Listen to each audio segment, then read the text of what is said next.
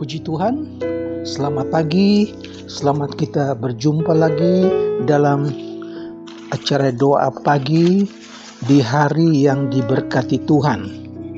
Mengucap syukur Tuhan pimpin kita di hari yang baru dengan tubuh yang sehat.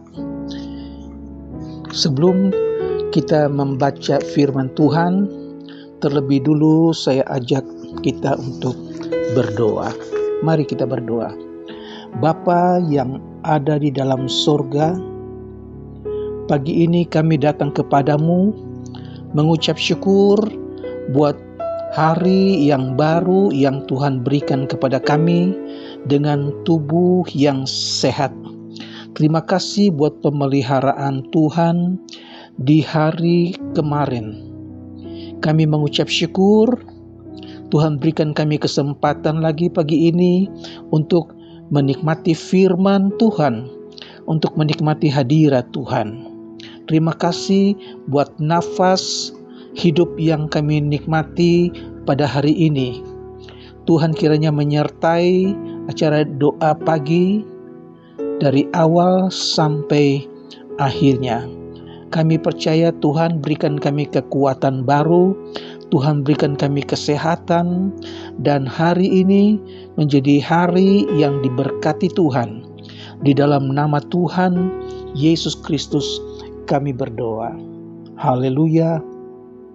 Amin. Puji Tuhan saudara-saudara, hari ini saya akan bacakan Injil Lukas pasal yang ke-15 ayat yang ke-7. Tuhan Yesus berkata kepada murid-muridnya, "Aku berkata kepadamu, demikian juga akan ada sukacita di sorga karena satu orang berdosa bertobat, lebih daripada sukacita karena 99 orang benar yang tidak memerlukan pertobatan." Puji Tuhan, tema hari ini adalah sukacita di sorga jika seorang berdosa bertobat. Saudara, Allah sangat mengasihi isi dunia ini, yaitu orang-orang yang hidup di dunia ini. Bagi Allah satu jiwa itu sangat berharga. Itu sebabnya dalam Injil Yohanes pasal yang ketiga ayat 16 katakan, "Karena begitu besar kasih Allah akan dunia ini, sehingga ia telah mengaruniakan anaknya yang tunggal, supaya setiap orang yang percaya kepadanya tidak binasa, melainkan beroleh hidup yang kekal." Itu sebabnya Allah mengutus anaknya Yesus datang ke dalam dunia ini. Dia menjadi sama dengan manusia. Yesus datang bukan untuk menghakimi dunia, bukan untuk menghukum dunia, tapi dia datang untuk menyelamatkan dunia ini. Saudara, ayat 18 katakan, "Barang siapa percaya kepadanya, kepada Yesus, ia tidak akan dihukum. Barang siapa tidak percaya, ia telah berada di bawah hukuman, sebab ia tidak percaya dalam nama Anak Tunggal Allah." Allah itu kasih, saudara-saudara. Dia tidak menghakimi seorang pun. Dia tidak menginginkan seorang pun binasa, karena dia itu adalah Allah yang kasih. Tetapi Allah juga adil. Jadi selain sifat Allah kasih, sifat Allah juga adil. Orang-orang yang tidak percaya akan dihukum dan akan menemui kebinasaan dalam api neraka. Jadi jangan kita katakan bahwa Allah kok jahat benar, manusia dicampakkan ke dalam neraka. Saudara, Allah itu mengasihi manusia, tetapi Allah juga adil. Mereka yang tidak percaya kepada Allah, mereka yang tidak percaya kepada anak Allah yaitu Yesus, mereka itu akan dihukum.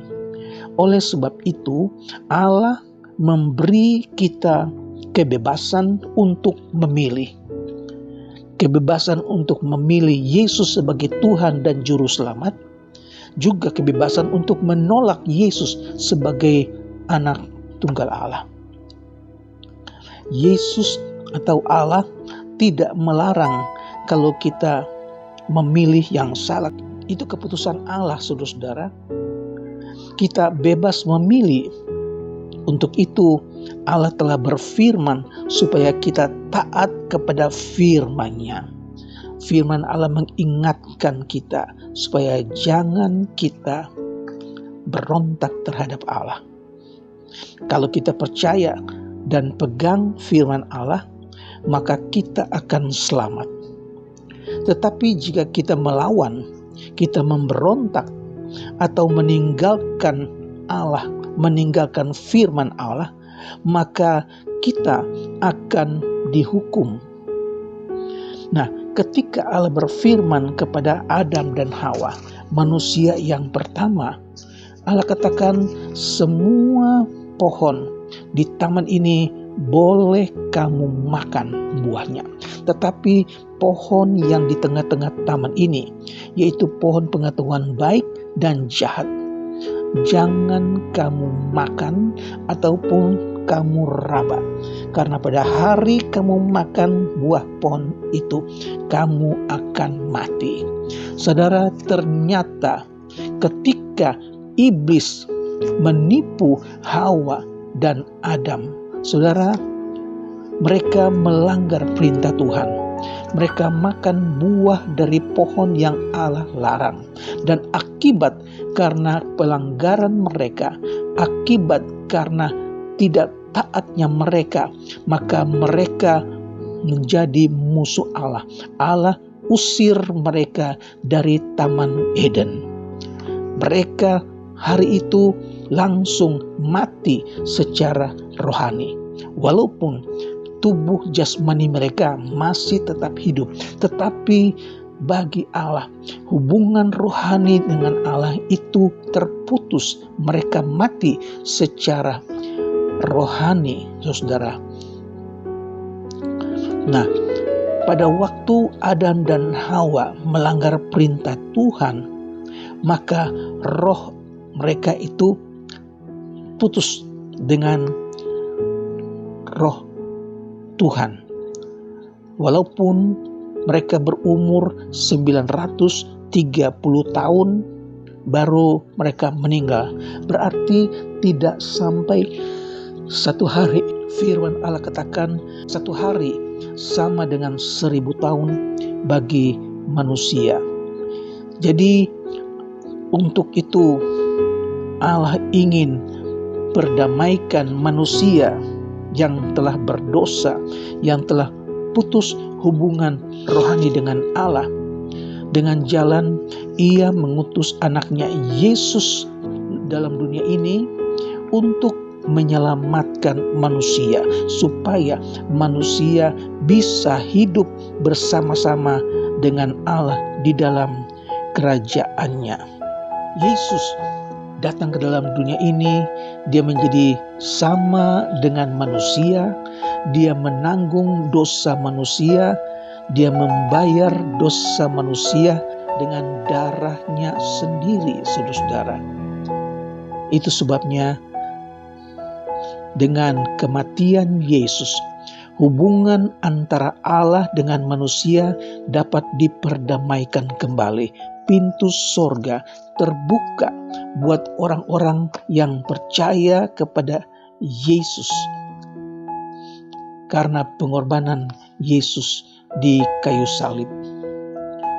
Nah, itu sebabnya dalam perumpamaan domba yang hilang, karena gembala itu menyayangi, mengasihi domba itu, sehingga dia tinggalkan 99 domba yang lain, dan dia pergi mencari satu ekor yang hilang sampai ia menemukannya.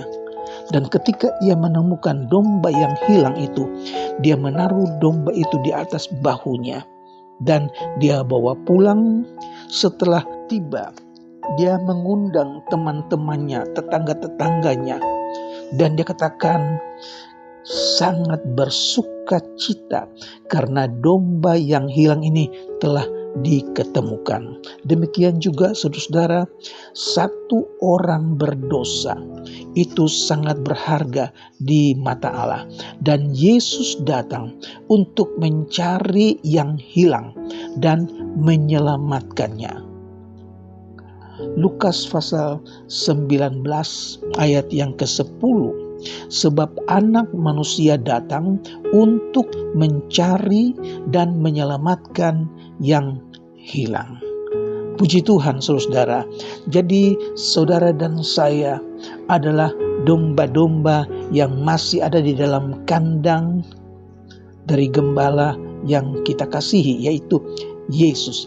Jadi hal yang terpenting bagi kita adalah mencari orang berdosa yang hilang dan membawanya kepada keselamatan. Jadi jangan kita hanya berdiam diri, jangan kita hanya menunggu, tapi kita juga aktif menceritakan tentang sorga, menceritakan tentang Yesus kepada orang-orang yang terhilang, mereka yang berdosa, yang sebenarnya akan dihukum dalam api neraka. Kita perkenalkan Yesus kepada mereka supaya mereka bertobat dan mereka selamat. Dengan pertobatan mereka, maka Allah sangat bersuka cita, sorga sangat bersuka cita karena satu orang bertobat, saudara. Jadi tidak ada pengorbanan yang terlalu besar dalam hal mencari jiwa yang hilang dan membawanya kepada Tuhan Yesus. Puji Tuhan, kiranya melalui firman Tuhan pagi hari ini kita berterima kasih kepada Tuhan buat korban di atas kayu salib. Dan tugas kita yaitu menceritakan Yesus kepada orang lain, kepada jiwa-jiwa yang belum percaya, mereka yang masih terikat di dalam dosa, supaya mereka terima Yesus dan diselamatkan. Puji Tuhan, Tuhan Yesus memberkati kita sekalian, dan kiranya kita mempunyai semangat untuk bersaksi tentang Yesus. Puji Tuhan, mari kita berdoa. Bapa di sorga, kami mengucap syukur buat hari ini. Kami sudah mendengar firman Tuhan bahwa Engkau mengasihi kami dan Engkau datang untuk menyelamatkan orang-orang yang berdosa. Terima kasih Tuhan, Engkau sudah selamatkan kami. Kami sudah mempunyai Yesus sebagai Tuhan dan Juru Selamat kami. Berikan kami roh ketaatan, supaya kami pun dapat menceritakan sorga, menceritakan Yesus kepada orang-orang lain. Terima kasih Tuhan Yesus. Hamba-Mu berdoa buat mereka yang sakit, hamba-Mu berdoa buat mereka yang susah, hamba-Mu berdoa buat mereka yang belum bekerja. Tuhan buka jalan, memberkati rumah tangga, memberkati anak-anak sekolah Tuhan. Terima kasih, kami akhiri ibadah doa pagi ini dengan mengucap syukur dalam nama Tuhan Yesus Kristus. Haleluya. Amin. Puji Tuhan, selamat beraktivitas. Tuhan Yesus memberkati. Amin.